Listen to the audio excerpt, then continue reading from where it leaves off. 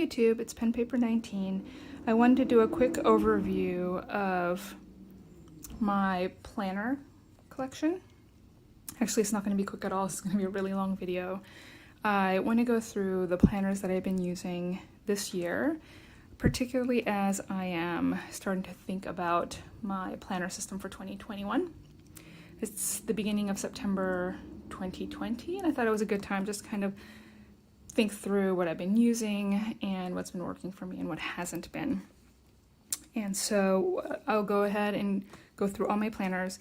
The one thing I won't be discussing is my work organization that has really confidential things in it, so I can't share that information, but I tend to use a lot of different solutions for work. But the one thing I'm using right now that's kind of consistent is a customized golden coil planner for work. But otherwise, most of it is on digital.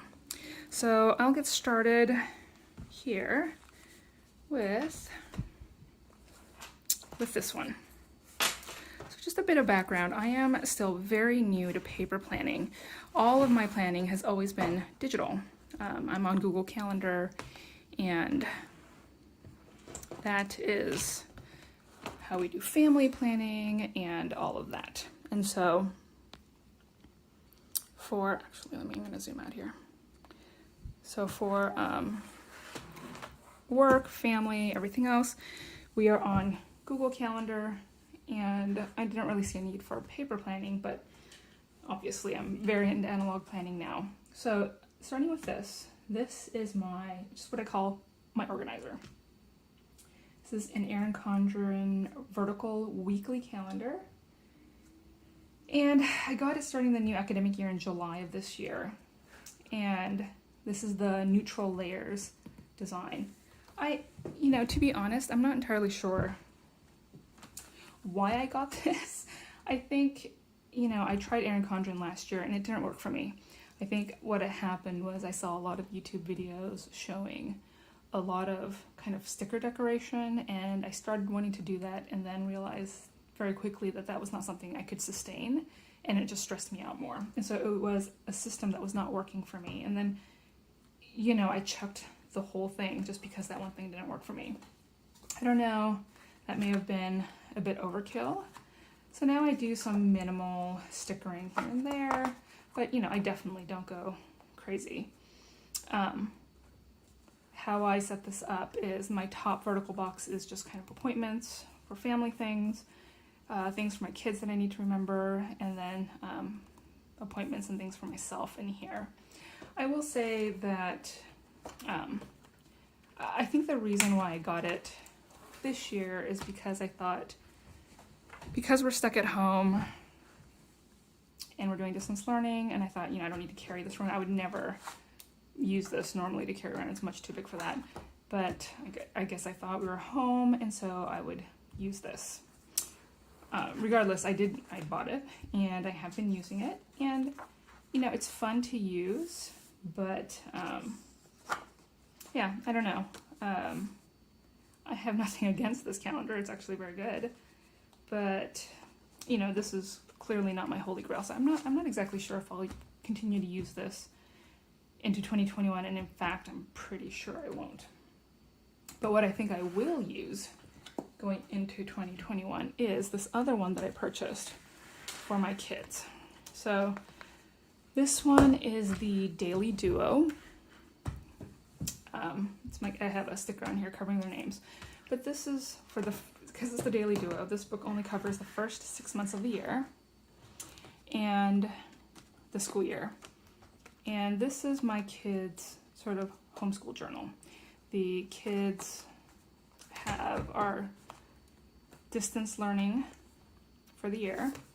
And so I have it set up so that, I have this book open and set up on a teacher's sideboard where they can go and look it up and see what they have for that day. And it's just a way for me to organize their daily schedule and their daily assignments and things like that. I know it's not very detailed, I have a full-time job, so I can't be doing that. But the kids know in terms of big events and things like that, it'll be here by day. I put it together on the weekend, and it just kind of helps me feel more organized. So you know, this I will continue to use into 2021 for sure. So that is the Teacher, the Erin, or also known as the Erin Condren Daily Duo. Then I have really what I would call my, really my first love, and this is my Hobonichi Mega Weeks. I really, really, really, really love this planner. This is in the, I think this one was called, the blue one was called the Ramune. And this is a cover on cover from, not from this past season, but from before. And I have this in a hand-stitched leather tee, light tobacco cover. I'll say that I own many Hobonichi, Hobo Weeks covers, including from Gilio and Vanderspec and from Hobonichi itself. And I definitely found that this one is my favorite, this hand-stitched leather tee. I definitely feel, for whatever reason, that my planners tend to have personalities, and I kind of Rolodex through covers until I find one that fits perfectly. And then when I find that one cover, I don't veer from that because it seems to match it perfectly. I don't know, it's strange, but it works for me. But I did find that when I put this cover on this week's, everything clicked. So I really love this. I call this sort of my first love because I just love this planner. But because I got the Erin Condren, I don't put my daily calendaring stuff in here anymore. But this is, because I love this so much, I make it work. I figure out a way to make it work. So what I'm doing right now is I've made the weekly portion a daily gratitude. And then in the month, instead of doing instead of doing events, since it's not a calendar anymore, I actually put kind of purchases. So when I make a purchase, like from Jet Pens, I'll write down that I purchased on that date, and then I'll do a circle so that I'll know that I'm waiting for a package from them, and then when it arrives, I will check it off. So this is purely a planner that I make work no matter what I need to do because I love it so much. I got the Mega because in the beginning of the year I was considering doing something. I didn't know if I would like maybe a Bujo type method, so I thought I would kind of do a hybrid. So I did use the Mega, kind of the hefty note pages section in the back to sort of set up what I considered like a Bujo type system, right? Where I have future logs, monthly calendars, overviews, important numbers. I put pictures in there, plan out gifts and holidays and things like that. So this is not for me long term. I'm not, I don't know if creative enough is the right word, but it's a lot of time and energy and effort to put together monthly spreads, and I think that's more work than I can really commit to doing for a whole year. So I don't know if I will continue with the Hobonichi Weeks next year, but it sort of breaks my heart to think that. But I'll go into a little bit around what my thinking is there in a little bit. But this is my Hobonichi Weeks Mega. That's that. The next is my Gilio Pocket. I call this my fancy notepad. I went onto the Gilio website maybe sometime last month, completely on a whim. I wanted to buy something. And so I looked around, and I own many Gilio products, but I didn't own a pocket size. And so I thought, oh, well, why don't I get a pocket size? At the time, I had no use for the pocket size. I still don't really. This is a gray Epoca leather with an interior orange. And it's beautiful. I use it because it's beautiful and because I have it. And so it is basically a fancy notepad I keep in my purse. I purchased cloth and paper inserts, just note paper basically, and a little habit tracker, and I just carry this around and jot notes to transfer to other things. And this was really a superfluous purchase, but you know, it just makes me happy to look at and to touch, and to carry around with me. This is a beautiful piece of craftsmanship. I really enjoy to keep a zebra Sarasa Grand in here, and it matches really well, and it's just perfect. Yeah, I really like her. But again, she is basically a fancy notepad. The next thing I have, I call her my therapist. I keep it in an Erin Condren folio with some writing utensils. Oops.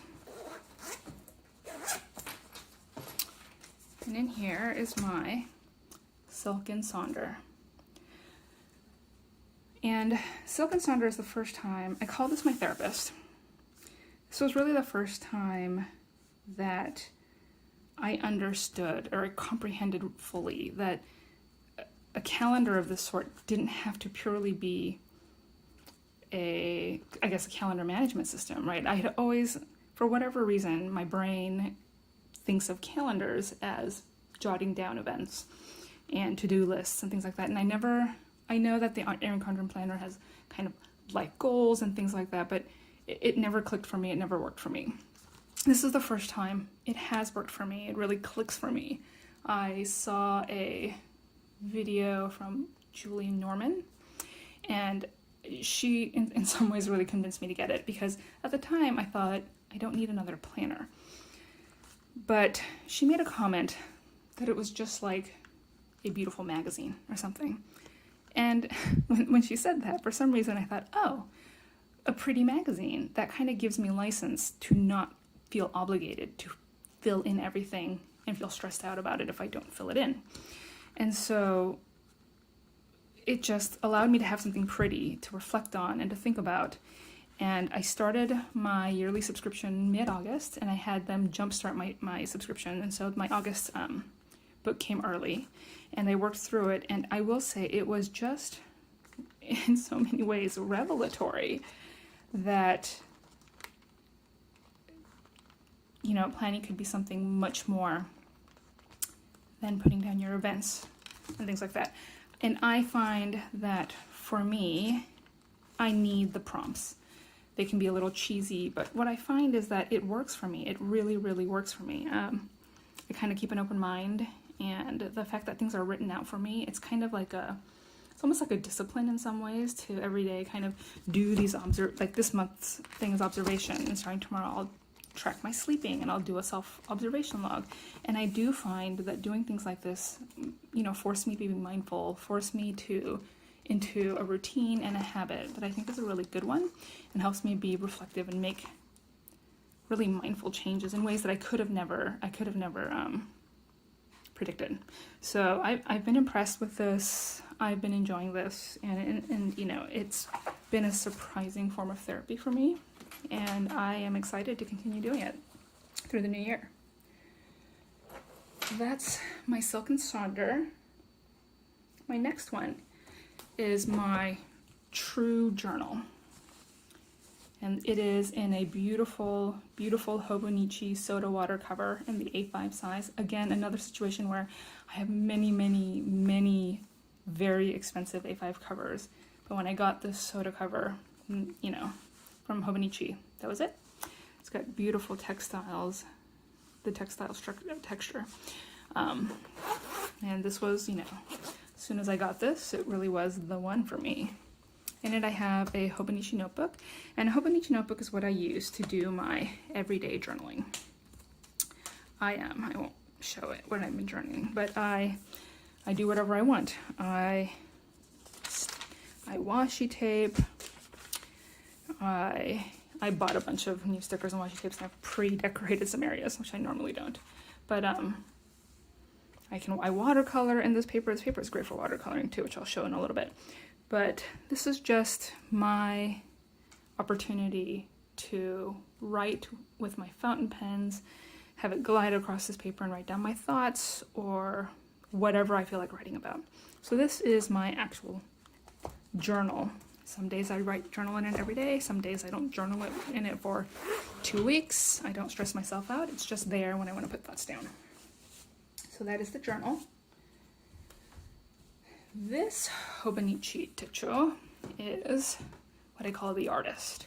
It's what is this one? This is a Hobonichi, I guess English. Yeah, it's an English techo in an A6 size. I have it in a Midori goat leather, natural goat leather cover, which is fantastic. It's got some paint on it. This is my art journal. This is my daily art journal. Every day I do something creative, something art related, just something. So that, and some days I don't feel like doing it, but I do it anyway. And, you know, I make sure that I do something creative. And, you know, look at that wrinkling. It's gorgeous. And of course the Hobonichi paper takes it like a champ, takes watercolor absolutely beautifully. It's fantastic. Almost nothing bleeds in here. Copics do, but not surprised by that. This is my art journal. This is the artist. Moving on, I have this is my Hobonichi Day Free. And I purchased this last year when the Day Free first came out. This is in the A6 size. I didn't know what to do with it because, you know, as the year progressed, I realized I don't have a use for this. And so I got a great idea off of one of the Facebook groups to turn this into a commonplace book. So what I am doing is I am keeping this as a place to put quotes that I come across that I think are kind of impactful and that I really like, that I think speak particular wisdom into my life. So I've just started this. I put on a Salty Katie cover on it. I do want to get a Hobonichi cover for this from the new release this year. But this is my commonplace book. And then, I guess last but not least, in this techo bag, Hobonichi techo bag, I have two FiveYear Journals. One is in a natural leather, and one is in this red one.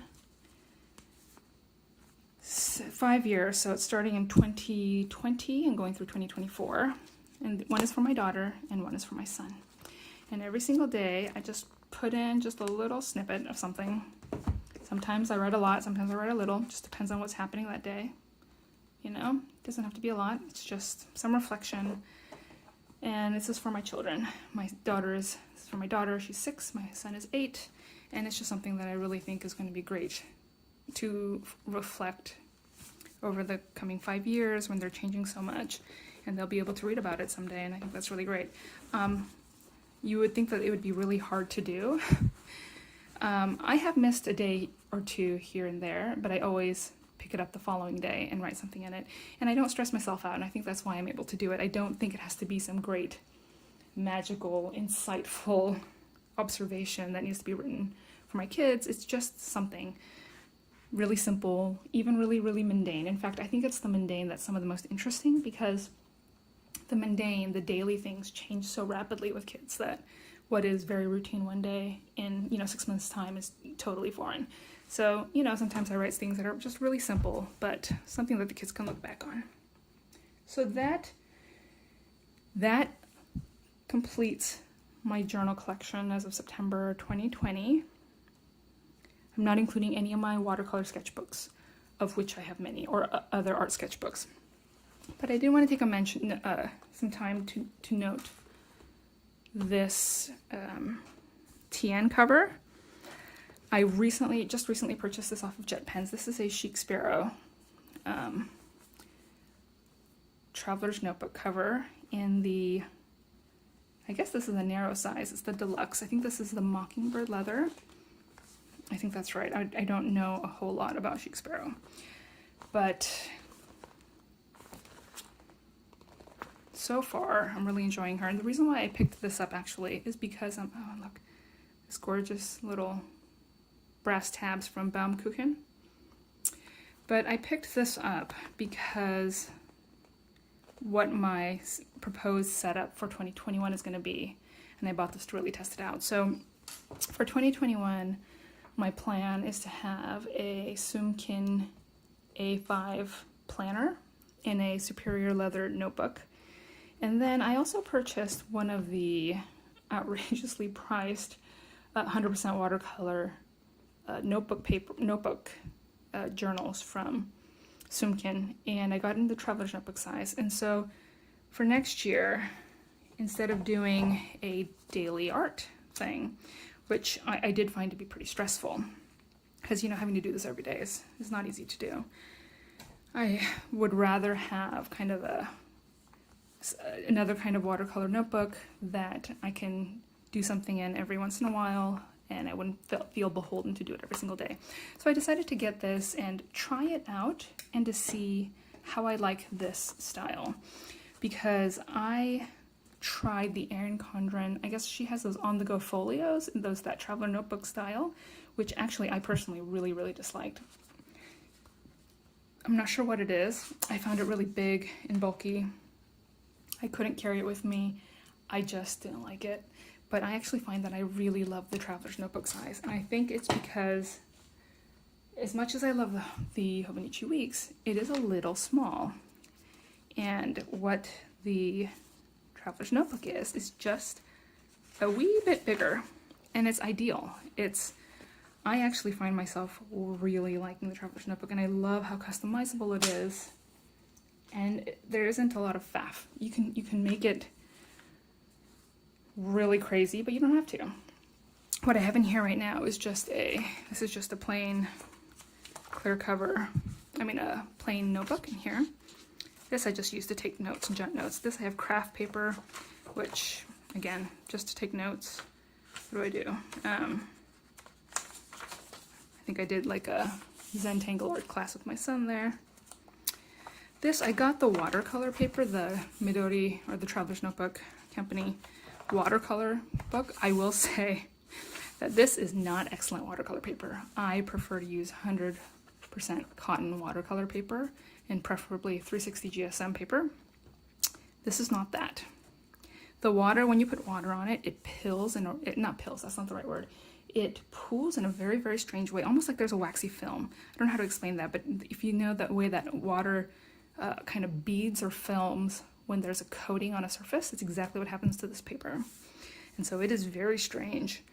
I will say though, it takes a lot of water very well. It doesn't really bleed through. I don't think that's bleed through. I think that's from here.